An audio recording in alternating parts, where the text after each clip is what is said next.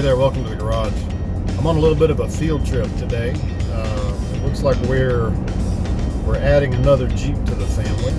It's not a Jeep I'm purchasing directly. My stepdad found a good deal on a 1982 Jeep CJ. So I'm on my way over there to help him pick that up, get it home, and kind of go through it a little bit and see what shape it's in. It got me thinking a little bit about why do people drive Jeeps? Why do I drive Jeeps? If you drive a Jeep, why do you drive a Jeep?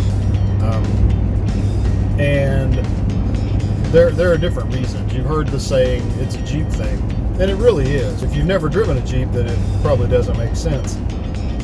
There's something just kind of fun and cool about it. They're noisy and they're windy and they rattle and they squeak and they leak and they can be a maintenance headache. But they can also be really fun. You can take the top off, take the doors off. It's like driving in a really big street legal golf cart. Depending on what you're going to do with the Jeep, what your plans are, and how much money you have or want to spend, will really determine kind of which way you want to go as far as what Jeep to get.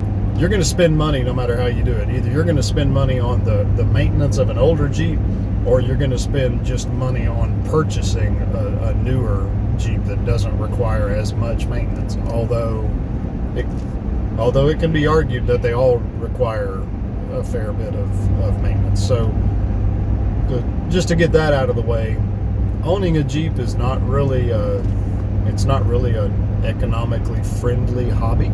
If you go all the way back to the CJ era, all the way up to 1985, I think was the last CJ, maybe 86, because the YJ started in 87. They're considerably easier to work on than newer Jeeps. It's a good thing they're easy to work on, because more than likely you're going to have to put a little work into getting it running, keeping it running, unless somebody has already done that. But still, it's going to require some maintenance. The best bang for your buck as far as finding a really inexpensive Jeep to get into is going to be a Jeep YJ.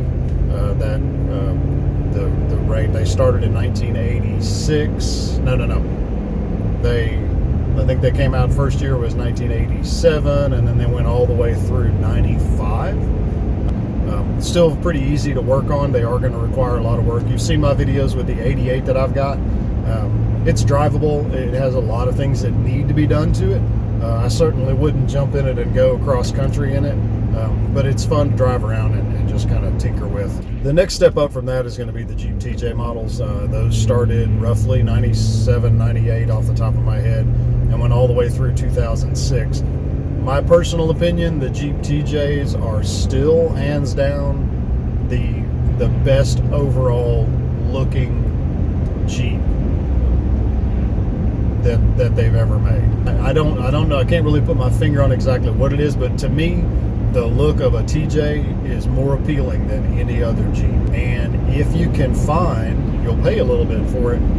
My opinion, if you can find a 2004 through 2006, I think they did it in 2004, what they classified as the LJ, or the very first Jeep Unlimited. So they were still two-door Jeeps, but they were a few inches longer.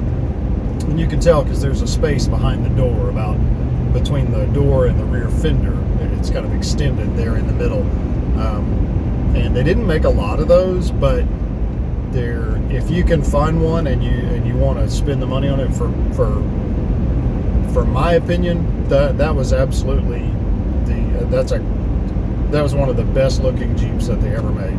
The 05, 06 LJ, TJ Unlimited, I guess.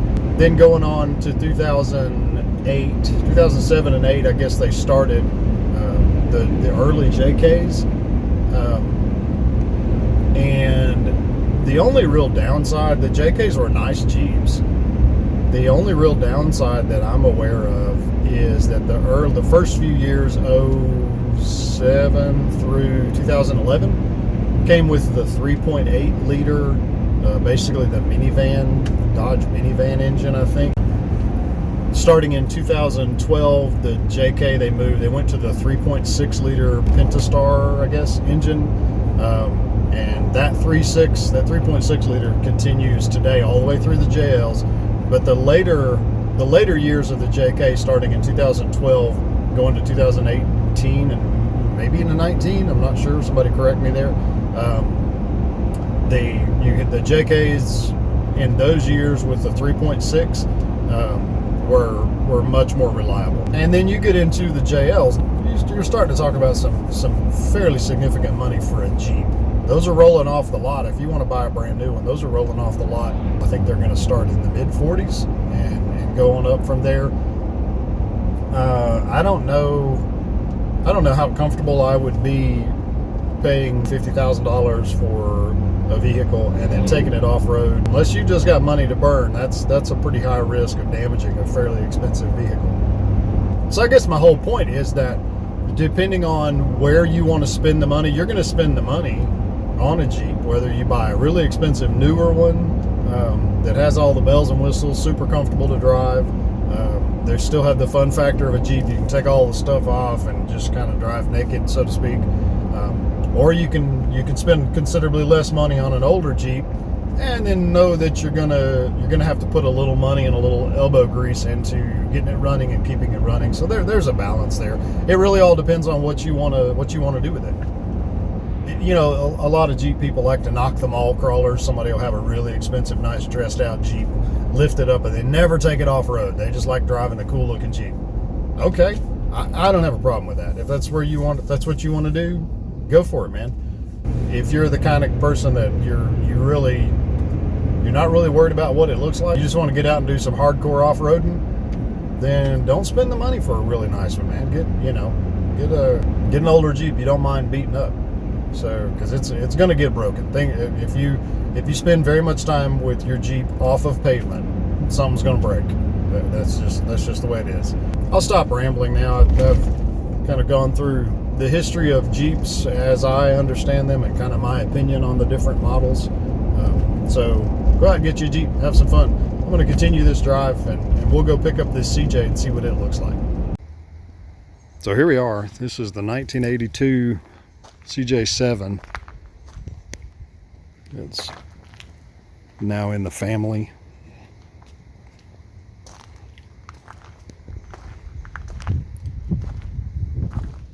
This Jeep is in surprisingly good shape, given the deal we got on it.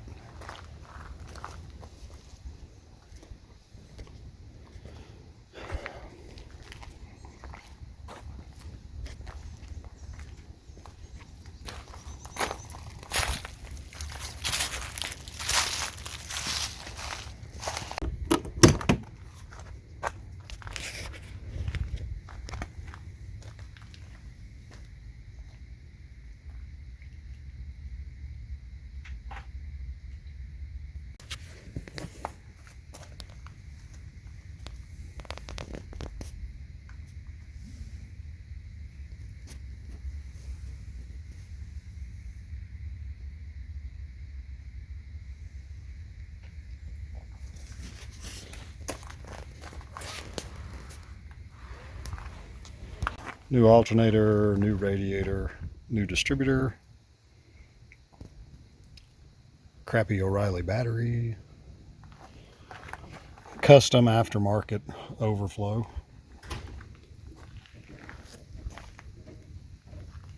It's the next day. This Jeep originally did not come with power brake. What he's done is he has added this brake boost assist, and we're trying to get that all plumbed up now.